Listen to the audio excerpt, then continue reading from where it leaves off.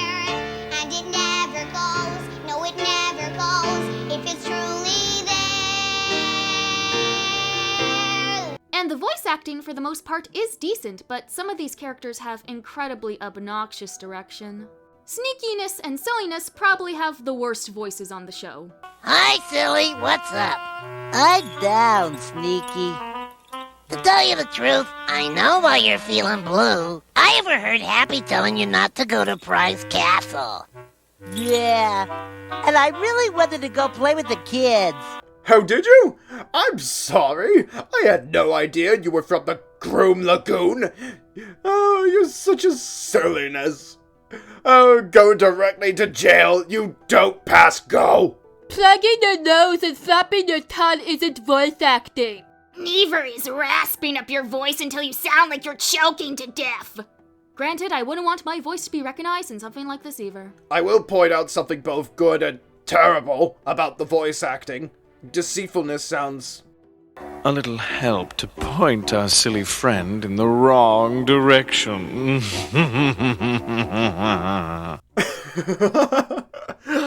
Yeah, I'm not on top.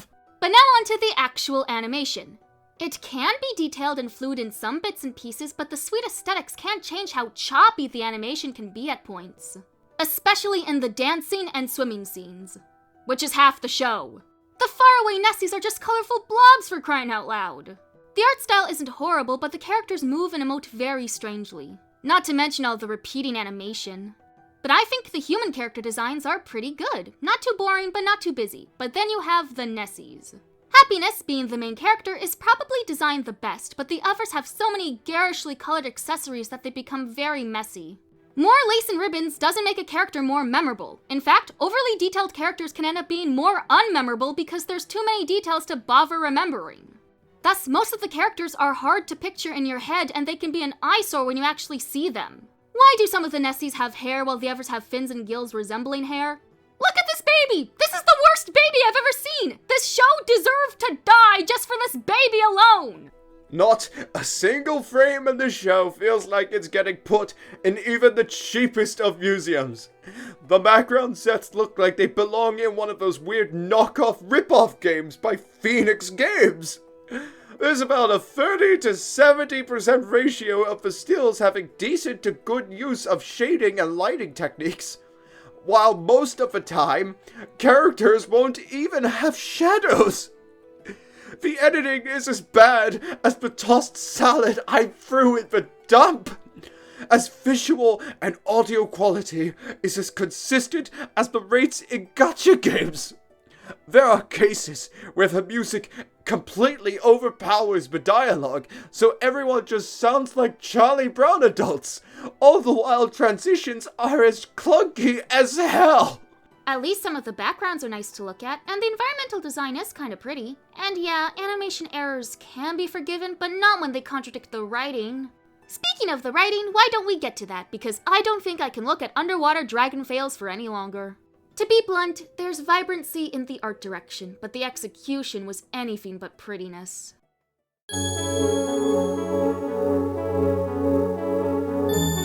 The show only had 2 writers. One of them being the previously mentioned Jean Chalopin, and another named Jack Olesker. Olesker was known for writing on other shows based on girls' toys like Care Bears, Sky Dancers, Maxie's World, and Lady Lovely Locks. But he's most infamous for a majority of the Good Times and Golden Films animated Disney bootleg films. You know, the kind that Fellows reviews. And I recently found out that Jack was quite the controversial figure. And by that I mean he was a crazy person. In 2009, he claimed to be the creator of Mighty Morphin Power Rangers, which just wasn't true. Olesker claimed to be the original writer of the pitch Bible for Mighty Morphin Power Rangers, and then ran a contest on the franchise's most popular messaging board asking fans to submit their own pitches for brand new Power Rangers series ideas.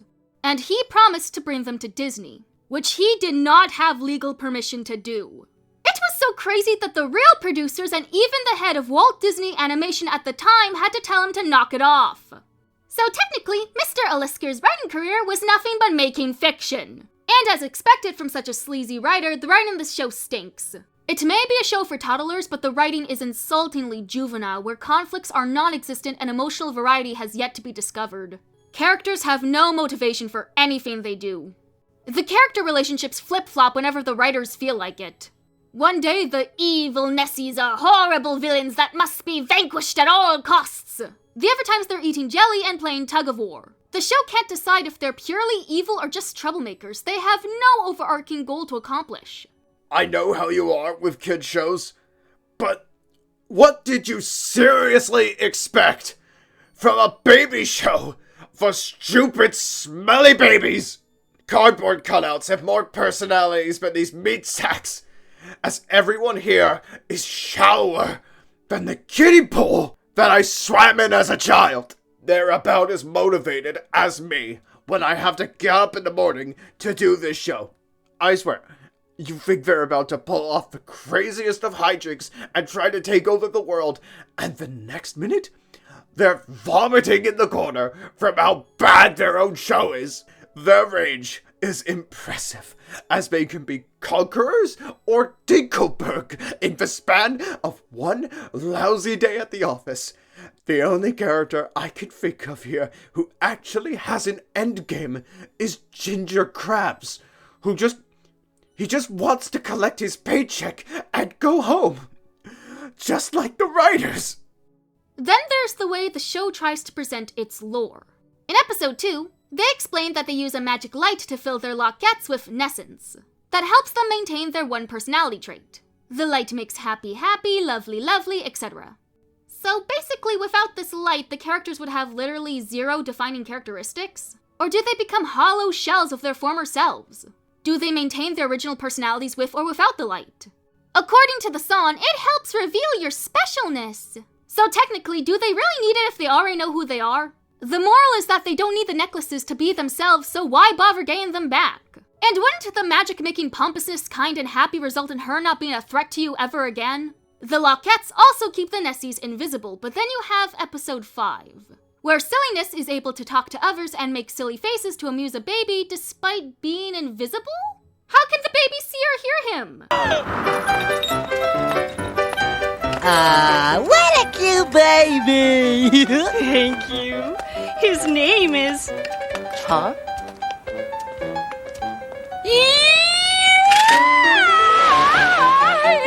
I'm a sucker for details, so when I say that the world and rules of this universe are about as unpolished as Bubsy 3D, please, take my word for it.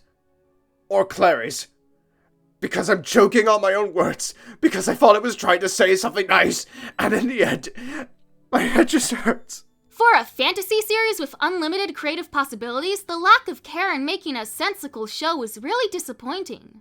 And before you go, this is a show for babies, kids do not like it when shows don't establish things. Because kids naturally ask a lot of questions and they're going to be frustrated when those questions aren't answered or explored. I'm not saying you gotta hold their hands, I'm just saying you got to put thought into your world.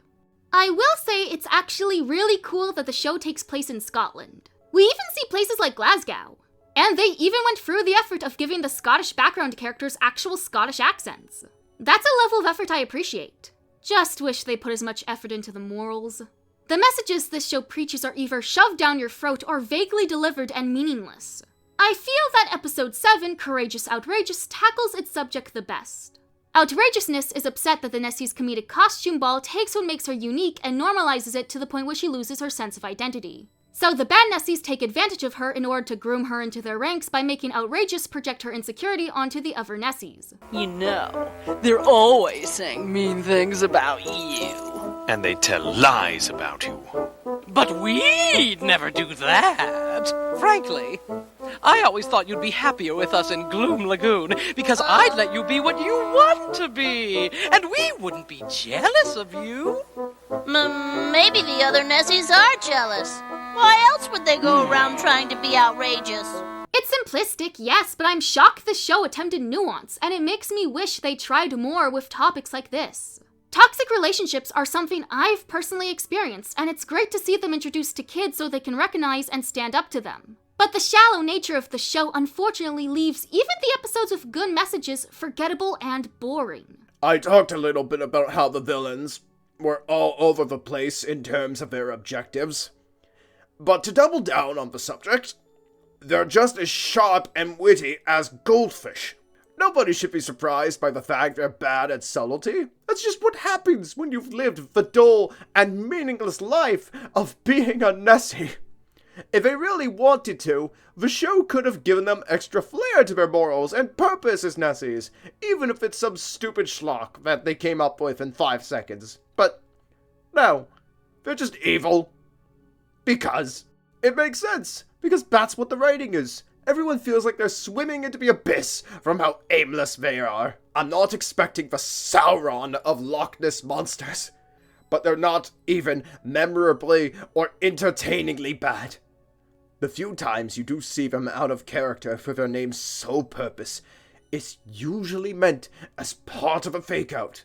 Who needs depth when you can have darkness? Look, as an optimist, I like to try and be as positive as I can when it comes to reviews. I'm not trying to be one of those cringeworthy, angry cartoon critics that get irrationally upset over children's properties. But I'm really struggling to come up with praise for this show. There's very little in it that I actually like. At least Casper Scareschool had Thatch going for it! But I enjoy none of the characters, ironically or unironically. The designs are garish, the stories are generic, and a majority of the songs are crap. Nothing sparks imagination or interest within me. But let's see what episodes showcase the least amount of awfulness and the most.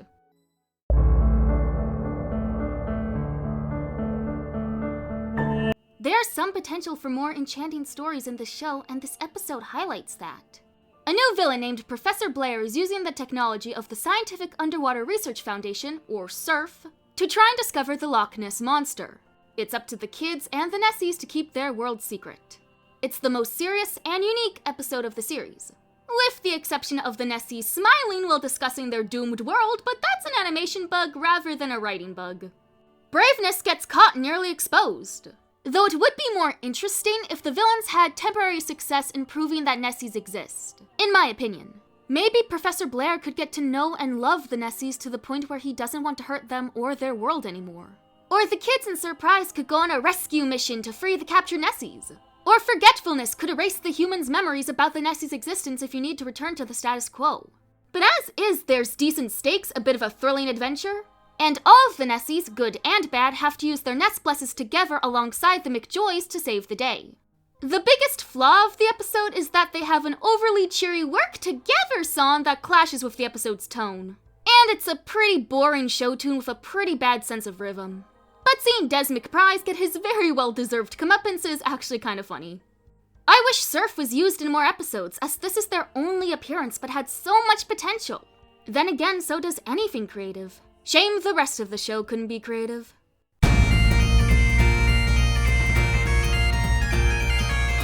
Do you want the most meaningless, boring, predictable birthday episode ever written? Well, you're in luck!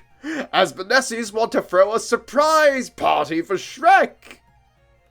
Every birthday cliche is in here! Except for the whole birthday person thinks everyone is ignoring them while they're planning a surprise party.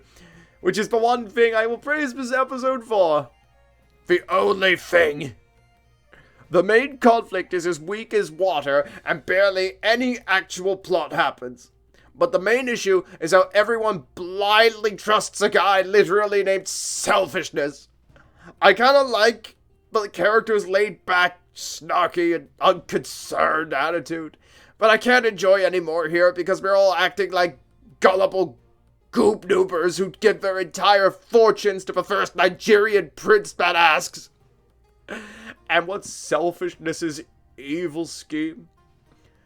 To give a bowl of jelly to the bad guys, who are defeated by getting bellyaches. Yes, really.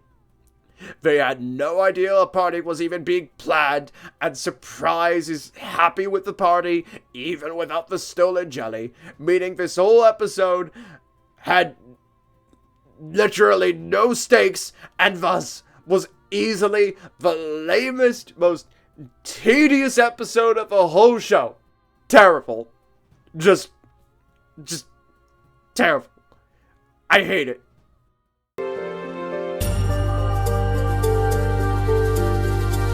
Wait a minute. we don't have the final 4 episodes in English. So, how the heck are we supposed to review those episodes if they're lost? Don't fret, my children. You will find the final episode of the show. And when you do, the secret of happiness will be yours. Maybe we could use some magic. Okay, I'm reviewing happiness. I'm feeling lost and confused. Let's see what spell we got. Yes, my dear Clary, you have found the lost episodes of happiness. Ah, yeah! In Arabic. What? لو أرسلنا جميعنا نفحة من صفاتنا ستكون فعالة حتما لإغلاق الصدع. Welp, I can't bite the flipper that feeds me. So basically, the English dubs of the final 4 episodes are currently lost media. And I could only find the episodes in the Arabic dub. This was the best I could do. So because of the language barrier and my inability to find a translator, as the only one I could find is currently facing an ongoing genocide in Palestine right now, I'm afraid that this is the best I can do. Let's try and piece together a plot from the final episode, Spread a Little Happiness. First of all, the Arabic voice acting doesn't appear to be terrible, but it's obvious that they got a grown woman to voice Hannah. صحيح وكل ما عليك أن تفعله هو أن تستخدم خيالك بتركيز شديد. So the plot appears to be, from the visual cues, about a volcano in Happy Land that's causing the water to dry up and earthquakes to begin appearing. The villains use this to their advantage and start destroying the Nessies city, but the Nessies use their overpowered bullcrap to magically fix the problem. Until the plot decides that the Nest Bless actually doesn't work and the volcano starts destroying the city. They block it up using one of their nests, but the nest, randomly magically whisks them away from Happy Land, getting them spotted by all of Scotland, and they end up in New York City? Pardon me, I'm clearly not intoxicated enough to understand what's happening. So the kids were also inside of the nest as it took some of the Nessies away, so they all decide to not go home right away because the McJoy parents are probably worried sick about their kids, but work together to bring some of their happy magic to the States. Wait, don't Happy and the other Nessies have to keep their existence a secret? So why don't they remain invisible to the humans? Oh, and here's something weird about the Arabic dubbing. They forgot to dub over the songs, and all of the songs are in English. Spread a little happiness everywhere you go. Show a little loveliness to folks that you don't know. Wow, would you look at that? The budget decided to check out early, and it didn't even give us its 12-hour notice! Oh, who cares? By kiddie cartoon standards, the song is performed fine, and it has a fine message of cheering up other people and not turning a blind eye to people's misfortunes.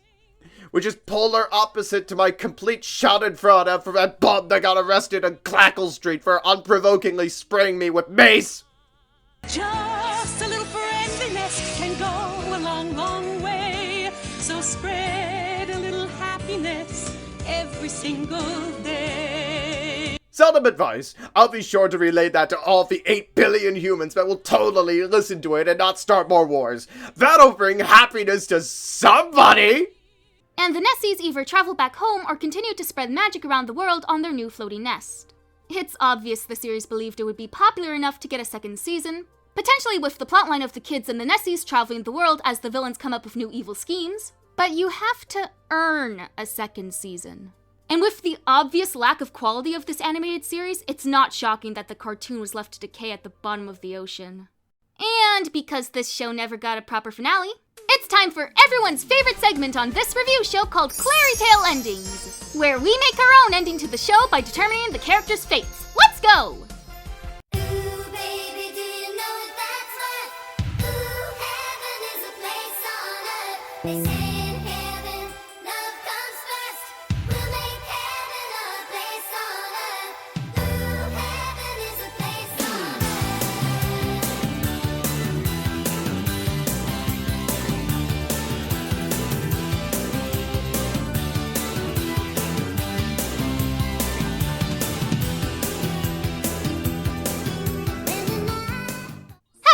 Secret of the Lock was just the glittery, girly garbage I was expecting it would be. But I didn't expect it to be as stupid as it actually was! The interchangeable and forgettable characters have no personality whatsoever, completely void of any sort of depth or emotion. The obnoxious villains are not only shallow, but they can't even stay consistent in their goals or motivations because no one on the show has anything substantial to do. The morals are either so saccharine that you can find them in any other cartoon, so obvious that you don't even need a cartoon to teach it to you, or so unrefined that it almost feels like anti-educational value that's making kids dumber. Because this show has nothing important, imaginative, or even mildly interesting to say. It's a toy commercial. And not even a good one that makes me want to buy products and continue to explore this world. Because there's nothing special about this world that justifies its own existence. The writing is insultingly childish even for a children's show. With downright idiotic plotlines that could only progress because of how oblivious the characters are. The animation is a Technicolor clump of garish character designs and choppy movement. And each song has so many little flaws that pile up and end up sinking them all. There was practically nothing I liked about this show. It's not so bad it's good, and it's not uniquely terrible. It's a boring, charmless, and unfocused mishmash of other girly cartoons from its era that only ends up a pretty pink pile of gruel. It's not the worst cartoon I've ever seen, because it's not memorable enough to be the worst. I've instantly forgotten this show, and it's no shock the world forgot it too. I don't understand. I hated that show. How could something that makes me feel so bitter help me unlock the secret of happiness? Don't you see, my child? The secret of happiness is not found in the quality of what you review. Your passion and dedication to your craft, even if seemingly small and insignificant, has far more power to spark wonder in others than you may think. It's you, my dear. That is the true magic. The secret to happiness was within your heart all along. So that's it? This adventure was completely pointless? We sat through all the garbage, analyzed every last frame, and tracked down every episode in moon languages, all for the moral to be that obvious and sickeningly sweet? I mean, to be fair, I do love what I do. And maybe that love is all I need, and the people who love me will care about what I do. Oh, the sugary saccharine. I'm going to pass out. And maybe next time, instead of reviewing something that makes me annoyed or angry, I can talk passionately about something I love for a change. Things that make me happy. Oh, thank you, Crappiness, for reminding me of the power in my heart. And with that wisdom, my work here is done. But your work has only begun. And I know just where to start. In my heart.